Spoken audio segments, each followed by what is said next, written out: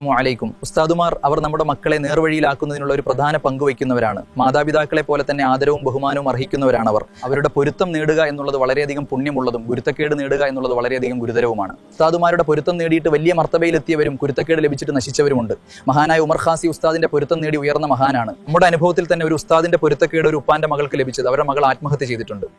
ഉസ്താദ് കുട്ടി അടിച്ച കാരണം കേസ് കൊടുത്തു, നഷ്ടപരിഹാരം താങ്ങാൻ പറ്റാത്ത ഭീമമായ തുക വാങ്ങി.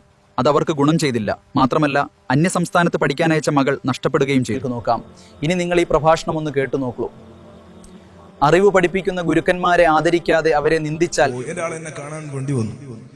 നല്ല ഹൈറ്റും വെയിറ്റൊക്കെയുള്ള ഒരാളാ.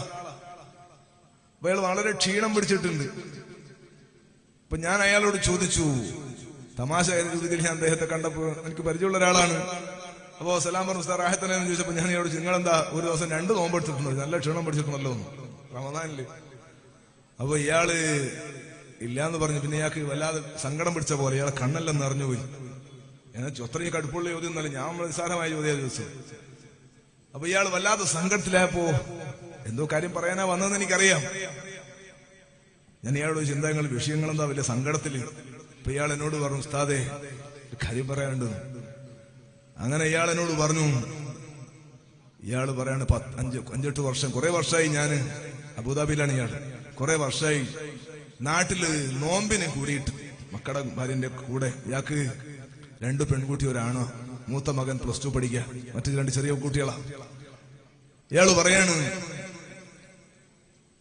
കുറെ വർഷങ്ങളായി റമദാനില് കുടുംബത്തിന്റെ കൂടെ കൂടിയിട്ട് അങ്ങനെ കൂടാൻ വേണ്ടിട്ട് വന്നതാ.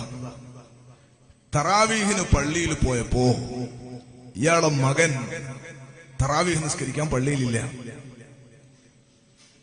മകൻ തറാവീഹ് നിസ്കരിക്കാൻ വേണ്ടി പള്ളിയിലില്ല.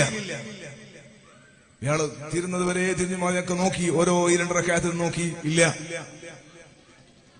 അങ്ങനെ നിസ്കാരമൊക്കെ കഴിഞ്ഞ് ചെറിയൊരു ഉറുദിയൊക്കെ കഴിഞ്ഞിട്ട് ഇയാള് വീട്ടിലേക്ക് വരുമ്പോ അവിടെ റോഡ് സൈഡിലുണ്ട് ഇലക്ട്രിക് പോസ്റ്റ് ഇങ്ങനെ ചെരിച്ചു വെച്ചിട്ട് അടിയിൽ 2 കല്ലൊക്കെ വെച്ചിട്ട് കുറെ കുട്ടികൾ ഇരുന്നിട്ട് സിഗരറ്റ് വലിക്കുന്ന സ്ഥലം, അല്ലെങ്കിൽ വെറുതെ മൊബൈലും കൊണ്ട് കളിക്കുന്ന സ്ഥലം.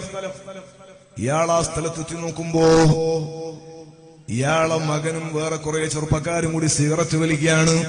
റമദാന്റെ പകലൊന്നുമല്ല, രാത്രി തന്നെയാണ്.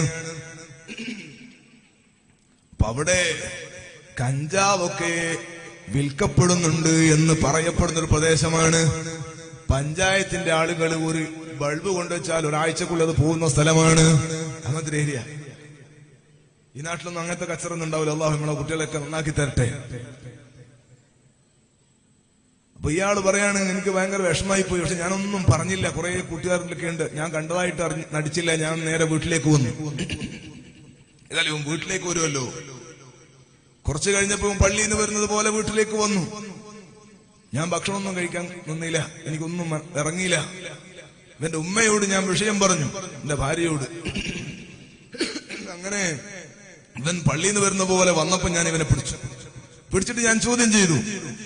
ചോദ്യം ചെയ്തപ്പോ ഇവൻ തർക്കുത്തരം പറയാണ്, ഉസ്താദേ എന്റെ മകനങ്ങ് വളർന്നുപോയി.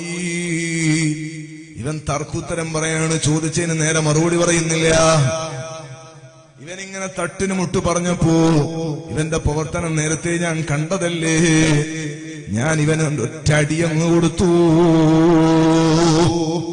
18 വയസ്സുള്ള മകനെ ഞാൻ അടിച്ചു എന്ന് അയാള് പറയുന്നത്. ഒരടി കിട്ടിയപ്പോ ഇവന് മാറ്റമൊന്നുമില്ല. പിന്നെ ഇവനിങ്ങനെ കയർക്കാണ്. ഞാൻ അങ്ങോട്ട് കയർക്കുന്നതിന് പോലെ അവൻ ഇങ്ങോട്ടാ കയർക്കുന്നത്. ഒന്നുകൂടി കൊടുത്തു ഞാൻ. ഉസ്താദേ, 3ാമതെന്റെ കൈപൊന്തുന്ന സമയത്ത് എന്റെ മകൻ എന്റെ മുഖത്തടിച്ചു കളഞ്ഞു. സുബ്ഹാന ജല്ല ജലാലു. ഈ കഴിഞ്ഞ റമദാൻ ഇത് കിതാബിൽ കണ്ടതല്ല, പത്രത്തിൽ വായിച്ചതല്ല, ഒരാള് ലൈവായിട്ട് എന്നോട് പറഞ്ഞതാ.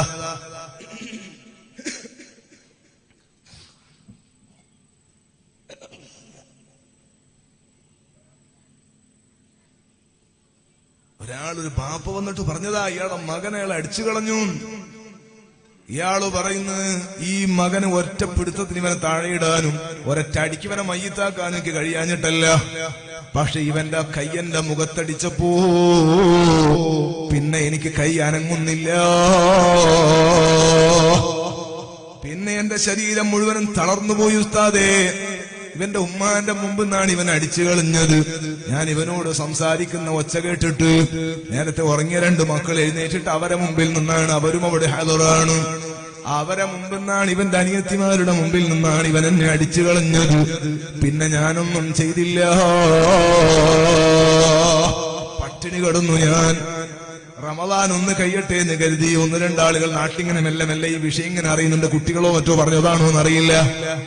ഇയാൾ വലിയ സങ്കടത്തിലാണ് ഇയാൾ വന്നിരിക്കുന്നത്. ഇയാൾ മാനസികമായി തളർന്നുപോയി. ഞാൻ ഗൾഫ് പോയിട്ട് എന്തിനു വേണ്ടിയിട്ടാണ് ഇയാൾ ചോദിക്കുന്നത്. ഇനി എന്റെ മകനെ ഞാൻ എന്തിനാ വളർത്തുന്നത് എന്നാണ് ഇയാൾ ചോദിക്കുന്നത്. എന്റെ പ്രതീക്ഷയായ പൊന്നുമോനാണ് എന്റെ മുഖത്തടിച്ചത്. സുബ്ഹാനല്ലാഹ്, എനിക്ക് കേട്ടിട്ട് വല്ലാത്ത ടെൻഷൻ എനിക്കുമായി പോയി. ഒരു പ്രതീക്ഷയോടെ വളർത്തുന്ന മകൻ ബാപ്പാന്റെ തല്ലുകൊണ്ടാൽ എന്താണുള്ളത്? പക്ഷേ തിരിച്ചടിക്കാൻ മാത്രം നമ്മുടെ യുവത്വം വളർന്നുപോയി. ബാപ്പാന്റെ മുഖത്തടിക്കാൻ മാത്രം മക്കള് വളർന്നുപോയ കാലം. സഹോദരങ്ങളെ, ഇത് ഖിയാമത്തിന്റെ ലക്ഷണമായി ഹദീസിൽ പറഞ്ഞ കാര്യമല്ല ഞാൻ പറയുന്നത്. നമ്മുടെ നാട്ടിൽ നടന്ന ഒരു കാര്യമാ പറയുന്നത്. ചോദിക്കട്ടെ, ഞാൻ ആ ഉപ്പയോട്, ഞാൻ ആ ഉപ്പാക്ക് മനസമാധാനത്തിന് വേണ്ടി നമുക്ക് ചെയ്യാൻ വേണ്ടി കഴിയുന്ന കാര്യം കുറച്ച് ദുആ ചെയ്ത് കൊടുക്കലാണ്.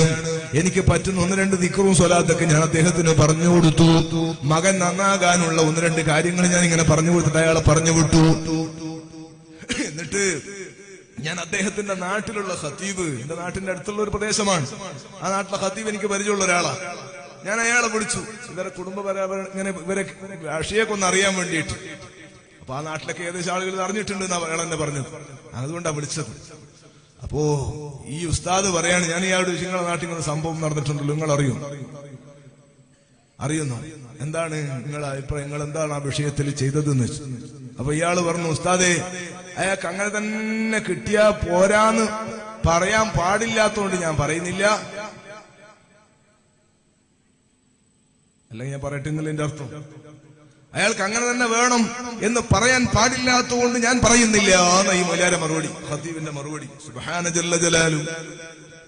ഞാൻ പറഞ്ഞു, ഇന്നാലില്ല, അങ്ങനെയുണ്ടോ ഉസ്താദെ പറയല്? നമ്മളൊരു മുസീബത്ത് ഒരു സമൂഹത്തിൽ പ്രശ്നം നടക്കും, അങ്ങനെയാണോ പറയേണ്ടത് എന്ന്. അപ്പൊ ഇയാള് പറഞ്ഞു, ഉസ്താദെ, നിങ്ങൾ കേട്ടാൽ അങ്ങനെ നിങ്ങളും പറയുള്ളൂ. അപ്പൊ ഞാൻ ഇയാളോട് ഫോണിലാണ് ചോദിക്കുന്നത്. ഇയാളോട് ഞാൻ ചോദിച്ചു. അപ്പൊ ഇയാള് പറഞ്ഞെന്തറിയോ, ഉസ്താദെ, കഴിഞ്ഞ പ്രാവശ്യം ഇയാള് ഗൾഫിൽ നിന്ന് വന്ന സമയത്ത് 2 വർഷം മുമ്പ് ഇയാള് ഗൾഫിൽ നിന്ന് വന്ന സമയത്ത് ഇവൻ 9ാം ക്ലാസ്സിൽ മദ്രസയിൽ പഠിക്കുക. ഈ ചെക്കൻ, ഈ കുട്ടി 9ാം ക്ലാസ്സിൽ മദ്രസയിൽ പഠിക്കുക. ആ മദ്രസയിൽ പഠിക്കുന്ന സമയത്ത് ഇവനില്ലാത്ത വികൃതിയില്ല, ക്ലാസ്സിൽ ഇവനെ കൊണ്ട് നിർക്കപ്പൂർത്തിയില്ല, മറ്റു കുട്ടികൾക്ക് മുഴുവൻ ഇവനെ കൊണ്ട് അലമ്പാണ്. ഞാൻ ഇവനും നന്നാകട്ടെ എന്ന് കരുതിയിട്ട് വടിയെടുത്തിട്ട് ഈ പ്രാവശ്യം അങ്ങ് സഹിച്ചുകൂടാഞ്ഞിട്ട് 2-3 പൊട്ടിച്ചതാണ്. 2-3 അടി അങ്ങ് കൊടുത്തു. ആ സമയത്ത് എന്നോട് സമ്മതം പോലും ചോദിക്കാതെ അടിയും കൊണ്ട് ഇവന്റെ പുസ്തകം എടുത്തിട്ട് ഇവൻ ഇറങ്ങി അങ്ങ് പോയി മദ്രസയെന്ന്. ഒരു 10-15 മിനിറ്റ് കഴിഞ്ഞപ്പോ ഇവന്റെ ബാപ്പ, ഈ പറയുന്ന ആൾ, ഇവനെ ഈ കുട്ടിനെയും കൂട്ടിയിട്ട് ഇങ്ങ് വന്നു. എന്റെ 100 കണക്കായ മദ്രസയിൽ എന്റെ മക്കളെ മുമ്പിൽ നിന്ന് 5-6 ഉസ്താദുമാരുണ്ട്, മുഅല്ലിമീങ്ങൾ, അവരെ മുമ്പിൽ നിന്ന് എന്നെ വിളിക്കാത്ത ചീത്തയില്ല, എന്നെ പറയാത്ത വാക്കുകളില്ല. അന്നയാൾ എന്നോട് പറഞ്ഞത്, എന്റെ മോനെ ഞാൻ ചോറ് കൊടുത്തു പോറ്റുന്ന മോനാണ്, നിങ്ങളല്ല എന്റെ മക്കൾക്ക് ചോറ് കൊടുക്കുന്നത്, നിങ്ങൾക്ക് പഠിപ്പിക്കാൻ അറിയില്ല, നിങ്ങൾ പഠിപ്പിക്കണ്ടെന്നാ പറഞ്ഞത്. എന്റെ മോനെ നിങ്ങൾ പഠിപ്പിക്കണ്ട, നാട്ടുകാർക്ക് മറ്റുള്ളവർക്ക് തല്ലാനല്ല ഞാൻ എന്റെ മകനെ വളർത്തുന്നത് എന്ന് പറഞ്ഞിട്ട് ഇയാള് പറഞ്ഞു, നിങ്ങൾക്കെതിരെ ഞാൻ ചൈൽഡ് ലൈനിലും മറ്റും കേസ് കൊടുക്കുമെന്നാണ് ഇയാള് പറഞ്ഞത്. ഞാനാണെങ്കിൽ സുബ്ഹാനല്ലാഹ് കേസും കൊണ്ടാൻ വേണ്ടിയും പേടിച്ചിട്ട് ജീവിക്കുന്ന ഒരു മനുഷ്യനാണ്. ഇവന്റെ കുരുത്തക്കേട് സൈക്കായിട്ട് അടിച്ചുപോയതാണ്. ഇയാളെ കാല് പിടിച്ചിട്ടെങ്കിലും സാറില്ല, ക്ഷമാപണം നടത്താൻ ഞാൻ റെഡിയായിരുന്നു എന്ന് 100 കണക്കായ മദ്രസയിലെ മക്കള് കേൾക്കുന്ന നിലക്ക് എന്റെ കൂടെയുള്ള സ്റ്റാഫുകളെ മുമ്പിൽ നിന്ന് എന്നെ വിളിച്ച ചീത്തയ്ക്ക് കണക്കില്ല. അങ്ങനെ പറഞ്ഞ് എന്റെ മോനെങ്ങും പഠിപ്പിക്കണ്ടെന്ന് പറഞ്ഞിട്ട് കൂട്ടിയിട്ട് പോയതാണ് ഇയാള്. പിന്നെ ഗൾഫിൽ പോയി 2ാമത്തെ വരവാണ് ഈ വന്നത്. ഈ ആദ്യത്തെ വരവ് തന്നെയാണ് ഇയാളെ കവാല കുറ്റിക്ക് കിട്ടിയത്. പിന്നെ ഞാൻ എന്താണ് പറയേണ്ടത് എന്നാണ് ഈ ഉസ്താദ് ചോദിക്കുന്നത്. ഞാൻ എന്റെ സദസ്സിനോട് ചോദിക്കുന്നു, എന്റെ ഉമ്മമാരോട് ചോദിക്കുന്നു, ആ ബാപ്പയോട് നിങ്ങൾക്കുണ്ടായ സങ്കടം എവിടെ? ആ ബാപ്പനോട് നമ്മളെ കൽബിൽ വേദന ഉണ്ടായിരുന്നില്ലേ ആദ്യം കേൾക്കുമ്പോ? എന്നാ ഇപ്പൊ ഞാനിത് പറയുമ്പോ നമുക്ക് ആ ബാപ്പയോട് എവിടെയാണ് നമ്മുടെ സ്ഥാനമുള്ളത്?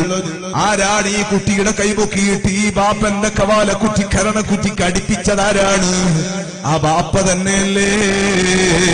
വജഅൽനാ ലിൽമുത്തഖീന ഇമാമാ,